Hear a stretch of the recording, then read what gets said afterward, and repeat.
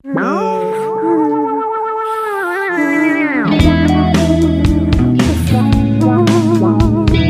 ये मिसिर जी, हाँ। क्या बात भाई, कोमर बड़ा गर्मी देता है। अरे दरोगे जी के देन बाकी इतना गर्मी बढ़े का दरोगा जी रात के मुरई खा ले रही का बारूद को बारूद मारता नहीं साले तू तो ना, अरे डबलवे का बारात था ना महाराज, साला उसी में गए था, मुरई खिला दिया, गैस बना दिया। ए दरोगा जी, दरोगा जी, ए दरोगा जी,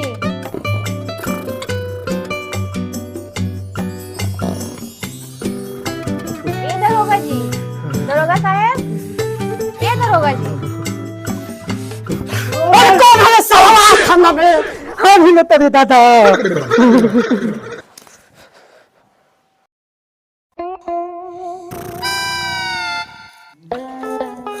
अरे काहे रे मिसिरवा, काहे खोदा खोदी कर रहा है ठंडी में? अरे देखिए ना एक महिला आई हुई है। जाके खर्चा पानी ले लो। अरे क्या बात है, हई सुबह सुबह ही ठंडी में आ गई हमारे साहब का नींद खराब करने। जाइए महाराज सोने दीजिए। सोने दे?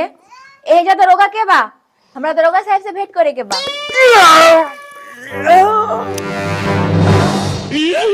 क्या बात है, हम ही दरोगा है, बोलिए। हमरा एगो रपट लिखवावे के बा। रोपत लिखाना है। हाँ। मिसिर जी, ए मिसिर जी, अरे जाके महाराज केस लिखिए। पंडित जी, पंडित जी जाइए रिपोर्ट लिखिए महाराज। दरोगा जाके रिपोर्ट लिखो। साले अपना के विधायक भी चले पड़ा, जाके केस लिख, जाओ केस लिखो।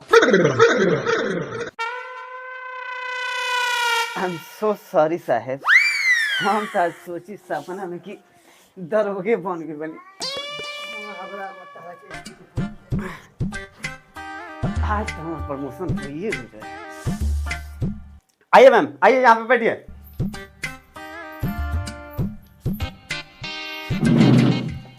हाँ तो मैम बताइए, क्या रिपोर्ट लिखवाना है और किसके ऊपर रिपोर्ट लिखवाना है? रिपोर्ट हमरा ऊपर लिखम कि डरिया में लिखम? अरे महाराज, हमरा कहने का मतलब है कि किसके खिलाफ केस करना है आपको। हमरा भतार के ऊपर केस लिखवावे के बा, हम ओकरा साथे ना रहम। साहेब ई केस हमारा लायक नहीं खे। आई रहुए संभारी, सभे मर्दे के गलती ठहरावत है महाराज।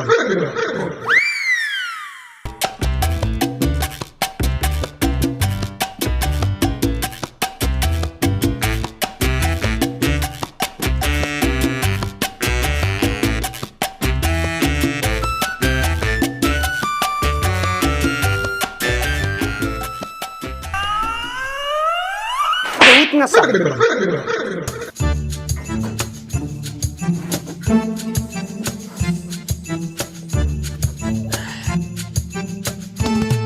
हाँ जी, तो क्या बात है, बोलिए। दरोगा जी, उन्नतिया के बेटा पर केस लिखी, हम ना रहब उन्नी पुत्रा पर।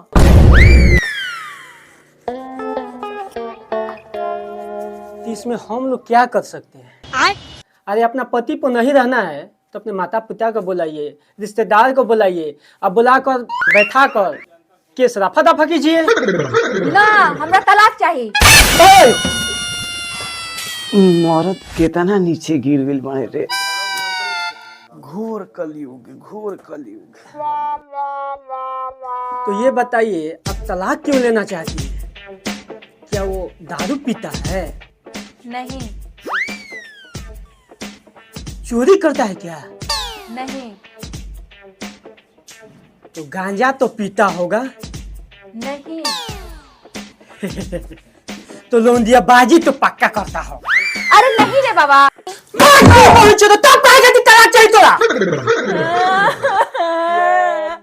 उन्नतिया ठंडी में 45 दिन से नहाइल नहीं के।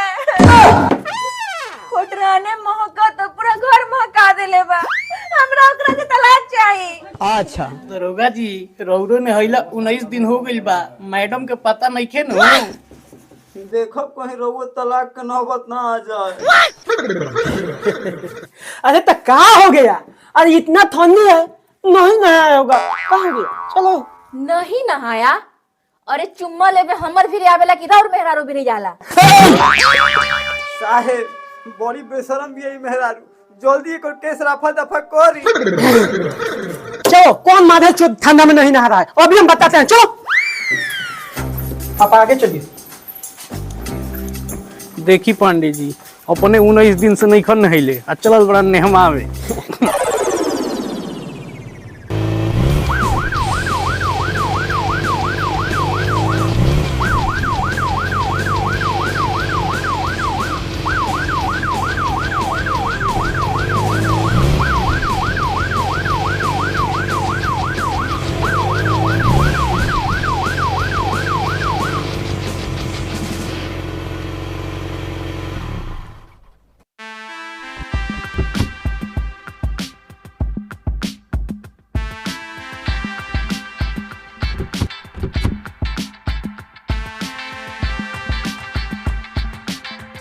हाँ मैडम तो किधर चलना है? आई दरोगा जी चली देखी हो नतिया के बेटा कैसे घर मोह कहले बा। हमरा जाए के इच्छा नहीं के करत पर का करी। आई दरोगा जी हाय देखी है नतिया के बेटा 1 बजे और के सुतल बारे। हे राम कितना बास आता छी। तो पांडे जी पहले गाड़ी जाके साइड कीजिए। रे साला रे उठ। अरे कौन है सर खोद होता हमारा के? तुमको बुझाता है कि नहीं रे? सुते दे। दरोगा जी है नतिया रहुआ के नहीं खिचिनत रहुआ के झाड़ देता।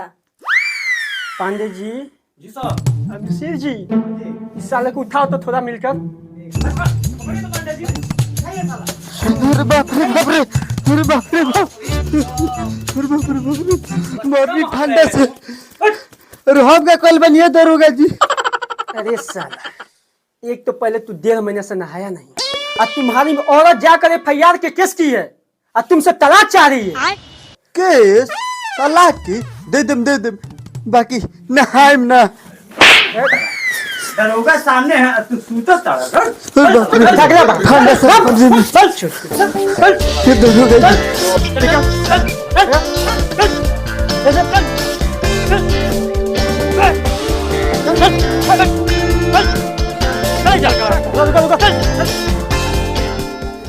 बाबू रे है खोलबे कि खोले के पड़ी है कपारावा।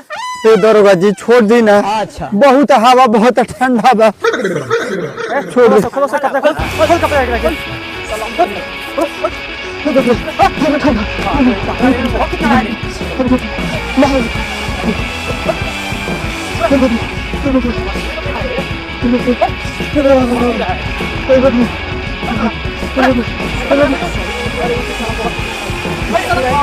तू पुलिस से लेके आइल बारू हां हमरा के नहलवा खाती ठंडा में आवे के विचार बा।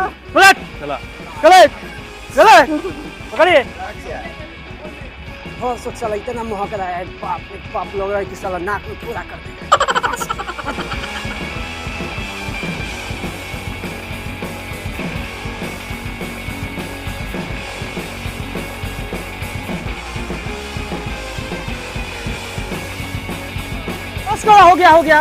हो गया। पांडे जी देखिए तो साला भी महक रहा है। साहेब तो महक तो नहीं रहा है तो? लेकिन लग रहा है कि इसका सांस का भी आगमन नहीं हो रहा है सरकार। लागो तो साला गोल का रही।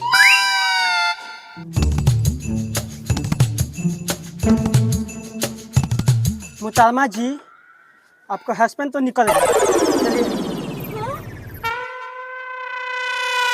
भगवान पुलिस वाला हमर पति के जान ले लियो।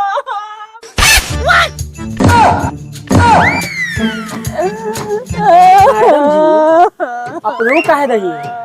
अरे आपको तलाक चाहिए था ना, लीजिए हमेशा खाती छुट्टी दिवा दी है। अरे हमारा जो फैसला होता है ना ऑन द स्पॉट होता है। अरे चिंता जन कीजिए 5,000 के पेंशन बनवा देंगे। चलो जी छोड़िए चलो राइफल ले लीजिए।